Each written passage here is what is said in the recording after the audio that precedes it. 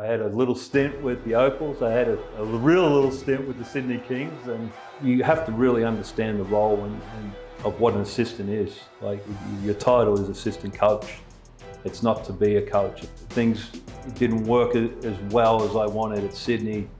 I learned a lot from it. Wear your scars with pride, that's what I say. Like, don't try and run from it. The good thing about the NBA, if you're talented, they'll find it. It doesn't matter what pathway you go through.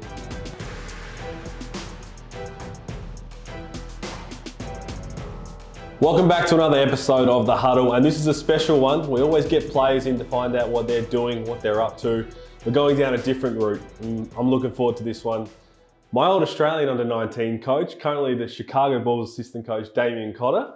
Hey Pete, it's great to be here, mate. Like, it's a small world, isn't it? It is. It's when I had the chance and we were talking about getting together and doing this, it obviously brings back memories for myself, but what's transpired since then in under-19s Australian stuff, this is a long time ago. Well, yeah, like it talk about, I can't remember exactly the years. I want to say it was around 12, 13, or was it the earlier one? I think it was the earlier one. So, okay, all right, so 10, 11 at that time, all right. So, gosh, mate, like I had a little stint with the Opals. I had a real little stint with the Sydney Kings, and then I went over to the US, and just through relationships, I ended up at Brooklyn. I only went for 6 months, and I was just on the G League staff, and I wanted to have a good experience because I had a couple of back-to-back experiences that weren't really positive, and it's part of the profession, and literally went over there, and then the following year got an opportunity to be the lead assistant at Washington's G League team, and the following year got the opportunity to be the head coach of Chicago's G League team, and that came from those teams. Like, when I was working with you and the other players, there was a guy there that at the Bulls who's still there that identified me as potentially a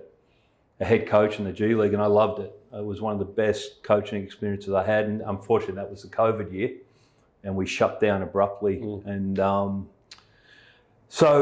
then from there, management change, coaching change. Very, very fortunate when I was coaching the G League team at Windy City. Denver didn't have a G League team at this point, so we were getting to Denver two ways, through the connection of Joe Conley, who was working for Denver, and Joe and I maintained a relationship since the Sydney days, and we had some good players from Denver come in, and I was very lucky that AK, who's the president of Chicago now, was watching every game. So as soon as he got to Chicago, he gave me an opportunity, and then I've been very, very lucky. I just got promoted in the summer, and I got another 2 years, and that'll take me to 6 years at the Bulls, not including the G League year, so 7, and that's like a lifetime if you're a coach to last at one spot that long. So that's condensed. I condensed about 15, 17 odd years into that, and it's been very good for me. I've really enjoyed it, and looking to get a green card now, and it's been great. Could you ever envision way back when you wanted to become a coach, which I will touch on, that you'd be sitting here as the assistant coach of the Chicago Bulls? Oh no, if you even told me that, Josh, if you even told me that when I went over there originally, like, I've never sort of tried to link my coaching career. Like, if I was still at Knox, and that was what fate had given me, I'd still be coaching that the best I could. And I've always felt it's a profession that can get a little bit tricky. Like, ambition's good, but for me, it's just about doing the job that you've got in front. And I thought, and the club thought, that I was going to be the G League coach there for an extended period of time, and they were setting me up in a nice apartment, and COVID hit and turned everything on its head, and I just make sure I just do the best job I can, whatever that is, Where did coaching all begin for you? When was the first time you thought that this is something that I love to do? And then also, when did that lead into, I want to see how high I can take this thing? Yeah, it's a difficult one, because I talked about how I'm motivated. When I was a young fella, my dream job was coaching Knox Raiders in the Seabolt, because that's where I used to go and watch basketball. And then I sort of started getting exposed to the junior national program. I thought that'd be awesome, and then I got that opportunity, and then from there, like I never thought I'd end up in the NBA. I never had that on my radar. But answering your question, I was at Knox, and I had a lot of patient people around me because I was a young guy thinking that I was pretty shit hot, and I was lucky that I was a local. I think a lot of people forgave me for my mistakes, but I was pretty passionate about it. But I probably was at that program for about 4 or 5 years before I actually started thinking, well, maybe I could do this, for a living. Do you remember a specific moment where it became achievable? Because you mentioned that, and it does bring back the memories of after the under-20s nationals when you get a phone call and you say, hey, Pete, Damian Cotter here, want you to come. You played. I remember that. You played pretty well, mate. And but that for me, it's like, oh, this is now achievable to potentially play for Australia. Do you remember having that specific moment? Yeah, I think through coaching those Seabull days, and the Seabull was a fantastic league, and just developing a relationship with Marty Clark and getting involved. And I remember applying for a few jobs. I never used to get disgruntled or if I didn't get opportunities. But then 2007, they took me to Beat Basketball Australia. I was on Marty's staff, and we had, that was the Pat Mills age group with Chris Goulding was still playing, and Andrew Ogilvy. And I don't want to say any more because I'll forget people, but that's what happens when you get old. It's all one team. But and that was a fabulous experience, the World Junior Championships in Novi Sad, Serbia. And that's probably when, because I love that, the green and gold stuff is awesome, and that's when I started looking at it, well, maybe I could do this. And just I went from Knox to the New South Wales Institute of Sport, and I loved that job. And that was a great job at just working with young, motivated kids, and 17, 18 years of age. And Nick Kay and Xavier Cooks were part of that. So it was pretty cool. I'm name dropping here, I feel but that's the sort of stuff, like I get very proud of those kids for what they've achieved because I remember where they started. That around that period of time there was never like an aha moment where I went, oh, I can do this. I was just doing this job, and it kept tripping into opportunities, and that's what happened when I went to the US. Before we touch on first moving to the US, you mentioned these names though. You seem like a coach that, even if you don't have anything to do with the past players, but seeing them potentially get success, Nick Kay, Olympian, all of that, there is that sense of, I remember him as a kid and what he's achieved now. Where you're like, it's awesome to have had a small part of that. I think this with players, like you're lucky to have, if you coach and you get some talented guys, like you just don't want to screw them up with your coaching, right? So you're lucky, and because you coach for long enough, you don't always have talented groups. So for those guys that I talked about before, I think I was just lucky to be in the chair at that point in time, and those kids have done, and though they're men now, but they worked hard and they deserve their success. And so I always look back on it and go, it was cool to be part of their life. Like you were lucky to be part of their life. The worlds collided at that point in time. So it is cool, and it's been cool watching them play wearing the green and gold for this week. You mentioned you were originally going to the States for 6 months, but wasn't the plan. What was the feeling like when you first hopped on the plane? Was it a little daunting experience, or you're like, I'm just going to take this for what it is, enjoy every moment? Or did you think in your wildest dreams what could eventuate after that? No, I never thought about it. I really had 6 months because, my wife's the true champion on this. She's been a great support of mine all through my career, and she supported me on it, and she came over for visits. And the G League, G League's changed a lot in the last 7 years. But it was, I thought Brooklyn's G League team was really professional at the time, but it was pretty, bare bones basketball. There wasn't a lot of things sexy to it, and then it just things just kept happening, and that's what I've been appreciative of working there. Like if you just show up, do your job, work hard.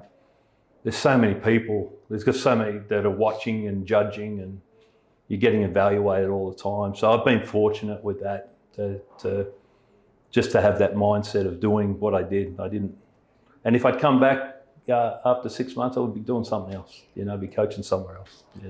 What were some things you learned, I guess, in that 6 months period that helped put you in the position you are now? Well, it was from a basketball standpoint, it freaked me out how crazy the G League was. It took me, and coaching athletes is different. Yeah. And these G League kids are good athletes. Like at that point in time, it was probably the second most athletic league in the world, right? So it's different coaching. So I started looking at the game very differently. It took me a little while to adjust. From the other standpoint of having a background in development in this country, that really helped from a nurturing side, helped me connect with the young players because, they're so close to making it and it's tough for them if they, you've got to help them, and they've all got their own circle of influence and for whatever reason, they're in the G League. They've got talent, but they're in the G League. And so I just locked into that. And, some of the guys, for the small world of it, Taj McCall was in that team. Shannon Scott was in that team. It's like you have an opportunity to really just influence those kids. And it's no different to coaching at the Institute of Sport, like I did. When you talk about being an assistant for whatever league it is at the time, but G League and then getting a head coaching role, we always talk about the jump. It's a hard jump to go from assistant to a head coach at whatever level. Did you find it harder than maybe you expected at the time, or was it more seamless? Because we always look back and say that some assistants, when they do make the jump, it is tough. Well, it's a good point, and I think in this country, a good assistant coach isn't really respected, but to your point, it's a completely different skill set. And I was fortunate, and I keep going back to my time at Knox. Like I was a head coach in the Siebel team. Now it's not the same level, but I did that for 9 years. And my first assistant job was on one of those junior national teams. So I sort of figured out from being a head coach what's required from as an assistant.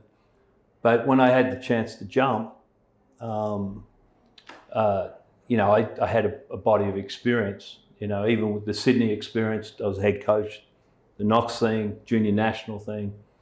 So there was that, and that you can edit all this stuff out, right?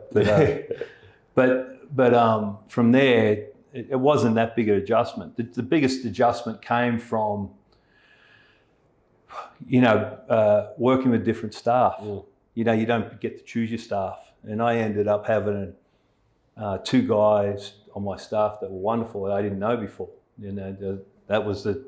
They picked the staff, and I had a guy that played 10 years in EuroLeague, Henry Domisant, and another guy, a European guy from Slovakia that played 7 years in EuroLeague. So I had a really good staff, and that was the challenge, working with people I didn't know. And it's what's been cool about the Bulls. Henry's just been promoted. He coached the G League after I left it, and he's just been promoted up to the staff. And along with Martin, the guy from Slovakia, we're working together again. So we're all pretty happy. It ties back into, I was reading an article in 2022 where you said that you like playing a role as a coach, but we always talk about it, players starring in their role, don't even think about it being a potential thing in the coaching ranks. What do you mean by that? Well, it's another good question, Pete. I think you have to really understand the role and of what an assistant is. Like your title is assistant coach. It's not to be a coach. And I think, I've seen this a lot. I think a lot of assistant coaches get caught up in trying the next job or when they're going to, and it's fine to have ambition, but not to the expense of what you're doing right now. So I took that first word in the title very seriously, and whether it's assisting a player or assisting fellow staff members, that's your role. And I think that's crucial, it's crucial to you being a productive member of your staff. If you start worrying about what you're not or what you should be or whatever that is, that's where you can fall into a trap. You should be assisting. And that's all I tried to do. The business side of the NBA, again, a lot of us fans see it from a player's perspective, and the coach's perspective, it can be brutal at times as well. But you had explained a little bit about the trials and tribulations you've gone through to get to where you are. Everything that you've gone through to get to this point, do you think it's better prepared you to be who you are today? I think, like we all have these ideals when we're young that life's going to just, be nice and steady and progressive, but it's really not that. And I think coaching is such a crazy profession, and you're going to have, most of us, the normal people are going to have their hits along the way, and it's just how you respond to it. The good thing where I'm at, America seems to be a lot more mature about the profession, and look what's just happened with Cleveland. Coach gets fired because staff gets fired, and then 2 weeks later he gets hired by Detroit, and he's a good coach, and they look at fit, and I just think you got to roll with the punches, and I wouldn't change anything I've had, because to your point before, whether things didn't work as well as I wanted at Sydney, I learned a lot from it, and you grow from those things. And unfortunately, wear your scars with pride. That's what I say. Like, don't try and run from it. That time at Sydney was at a time when the NBL, where people were a little worried about where the NBL would be. You fast forward 9 years later, and the NBL is way better than anybody would have expected. Well, this is awesome. This blew me away when I walked into this office, and credit to everybody, to Larry and Vince and everybody that's been part of this. Like, it just blew me away with the how many people are here and the aura of work that's going on. It's pretty cool. Obviously, you keep in touch with Australian hoops, the NBL, whilst you're over there. Having been a part of it for so long, and now in the States, because we are become a lot more recognisable over in the United States of what we're doing back here, what does it feel like to be in that position? It's interesting. The NBL is held in such high regard amongst the NBA, and people come over. I get asked a lot about, just geography questions, about travelling questions by whether it's staff members. But I think what the league's done a very good job is creating this impression of professionalism. The Next Stars program is obviously really helped with that. And then Australian basketball, you go back to, Basketball Australia keeps producing players, Johnny Furphy, there's been all these kids that just keep trickling along, and apparently there's more to come. And so, I look at what the NBL's done with the increased professionalism in the last 9 years, and the pathway here is obviously still producing a lot of good players. Back to when you would have first gone over there, you talked about the Australian pathway is with Bogut, Paddy, Delhi, Bainesy, but they're all kind of doing their own thing in the NBA. The Aussie basketball culture in the NBA now, as you mentioned, is so recognisable. Now that you are a part of it, and Johnny Furphy's a name, everybody seems to want to be around each other in some aspect at some point in the season. Is that a cool moment? Is that a bit of a sense of having a home away from home when you're in Chicago? Well, for the most part, when you're playing an Australian, and the pre-game shooting that goes on, you're looking for your countrymen. The NBA is a truly global league. It's probably that and Premier League soccer is the two global leagues. So, when you go out pre-game, sometimes it's like the United Nations. You've got all these little pockets and the Aussies, are very parochial and like being together. And, when I interact with them, the players that are getting involved with the Olympic team, they'll pump to come back and represent the country. And it's sort of cool talking along those lines. It gets you a little holiday from just, what's next in the NBA. Tell us a little bit about what's next. What is the day in the life of an assistant coach in the NBA? You work most of us. In the last 4 years, I've had anywhere between 15 to 18 scouts, and that's a steady stream. So that's probably, depending on how you do your scheduling, but that can be a scout every 7 days roughly, or we did it by teams this year. So I had 4 scouts in 13 days in December. I was pretty tired by Christmas come around. So we got that. We have players that we're responsible for, with either 2 or 3. And then there's roles. For the first 3 years, I headed up the player development program. And then what I did was a defensive scout for every game. So we do 82 games. I have put together a little report. So your time fills up pretty quick, and you've got to really manage your time well. You've got to make sure that you're not, wasting time, and you've also got to find a way to have balance with it. But it's pretty hectic. You'll game days. You'll get to at home game. We'll have shoot around. Prior to shoot around, we'll have a scout meeting. We go through shoot around. We do a presentation. Then we get to the arena. We've got players that we're going to work out and show film again. Maybe it's a review from last game, so you had to prepare that, or you're helping them prepare for the game that's coming up. So you have to find a balance because you can't overload players. And then you play the game, and we all have in-game responsibilities. And then you got to watch the game, and then you got to be ready for your thoughts on the game the next day because you're meeting again. So it's pretty full on, and if you're on the road, most places you're getting on a plane immediately after the game and you work. You just work to the plane lands, and you go to bed like this, and you got to get up early and go again. So it goes quick. You work hard, but it does the 7 months of it, and I want the 7 months to turn into 9 months. But it does go very quick.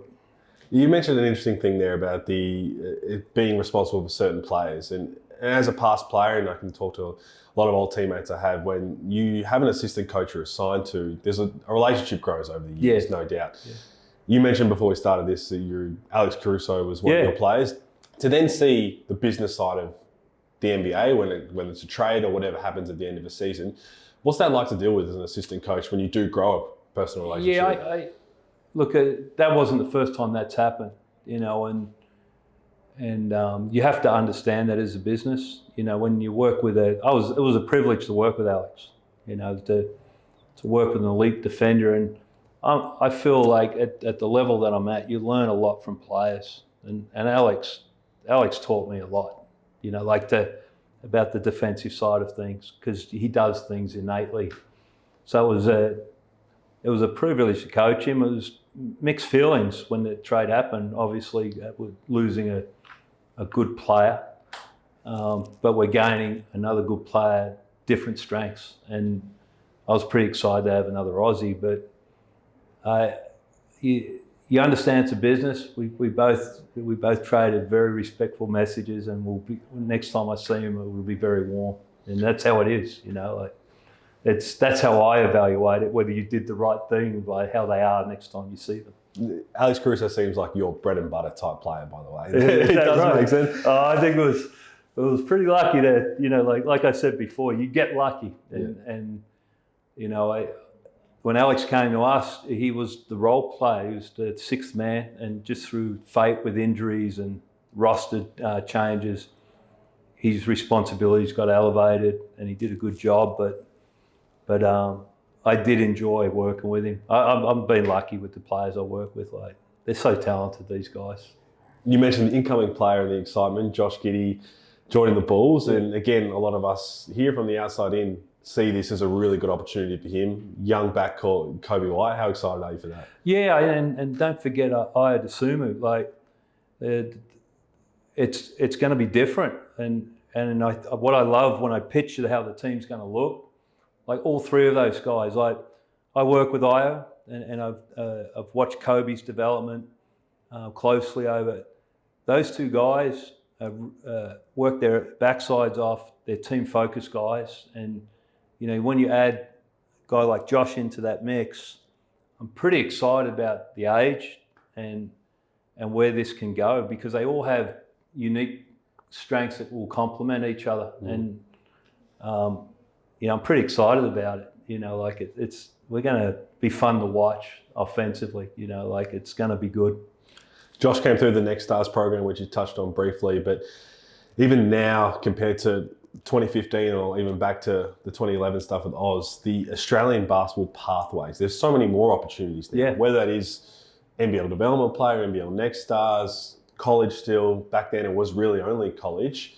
What excites you most for the next generation of Aussie hoops because of these options? Well, the thing is, not everything's the right fit for certain players. Like if you were coming through now, you might look at things a bit differently, right? Yeah. You know, and the NBL is certainly way more professional than what it was when you're at that age, and that's a viable option for some kids. And the good thing about the NBA, if you're talented, they'll find it doesn't matter what pathway you go through, and guys having different, like Furphy's story is amazing. You know, just his story of coming through the Melbourne scene and then, you know, the Kansas, and it's just amazing. So everybody's different, and I think not everything fits a certain person's. One way that's not going to always fit that person, and as long as people are doing the right thing by the players, I think the more options these kids have for different pathways, the better. I do want to ask you, because I asked about the starring in your role as a coach, and we talk about it as players. What is some advice you have on then the young players who maybe they're having their first crack in the NBL this season, or maybe it is going to college and they're getting told to be the best whatever player they are in that team? Well, I think understand your role. That's the first thing. Get that established in your mind, and then become a master of it. Don't worry about what you don't have yet. It's good to have, but get that piece right. And then the next piece is whatever level you're at as a professional, your first off season is so important. And I think what happens with a lot of young fellas and ladies, it's such a challenge to go through the first year as a pro. Like these young kids hit the NBA wall pretty quick. You know, you think about playing college and then going into an 82-game season. It's pretty rigorous, and it's a tendency to get to that off season and go.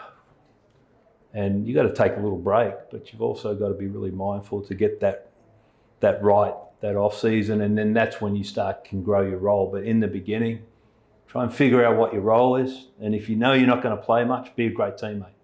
You know, like if you know you're going to get on the court for a little bit, you know, focus on the effort. Don't worry about trying to hit home runs or hit sixes. And now I'm in Australia, use Australian analogies, but that's what I think is really important, because that's where a lot of young fellas lose their way, from what I've seen in my 4 years, because they get caught up on what things should be and they're not reading what things really are. So I have to ask you, you mentioned your Australian lingo, but what are you doing in Melbourne right now? The Bulls just asked me, and it was really good of them. They just wanted Josh to feel like we care about him, and we do. And I'm the guy from Melbourne on staff, so they didn't have to really figure it out. They just said go down and show him that we support him, and it's been good. I didn't know Josh before this, and it's just been good to watch him and spend a bit of time with him and get to know him a bit better. And we really want him to be successful at Chicago, and this was their statement to show Josh that they're fair income about it. It's obviously fun for you to be home as well. Before I let you go, we appreciate you catching up with us, but everyone would assume throughout your entire coaching career, you've learned so much already that maybe you've got to a point where you don't have to learn much anymore. But I know you, and that wouldn't be the case. How often are you continuing to learn stuff? And Billy Donovan, you mentioned, is the assistant coach, the assistant coach for. Like I think most people that are successful in any form of life are aggressive learners. I try to be an aggressive learner. Had the opportunity to go down to St Kilda Footy Club the other day and sit in with Brendan Joyce and Ross Lyon. That was great learning experience, listening to those guys talk. Always looking for opportunities. Sat with Neil Craig the other day, and then in the NBA, and this is by one of the most fabulous things about it, the staffs are large, but when you sit in rooms like this, you're with some really smart basketball people, and you learn by osmosis by just being there, and it's such a privilege to have that. And there's just so many ways to do things, and that's what I keep. I always walk away amazed that, we had the same staff for 4 years, and we'll talk. One day we got into talking about defensive rotations, and I couldn't believe that after 4 years of working together, we had this wonderful conversation. I had notes on it and on different rotations, for example, and that's the best thing. If you're not learning, you're not growing. I think it's hard to stay at wherever level you are, and if you're not trying to get better. Damian, thank you so much for coming, and we look forward to watching how the rest of your career pans out. Thanks, Pete. It's been wonderful to do this, and it's actually been cool to do it with you, mate. It was really good. Thank you. No worries.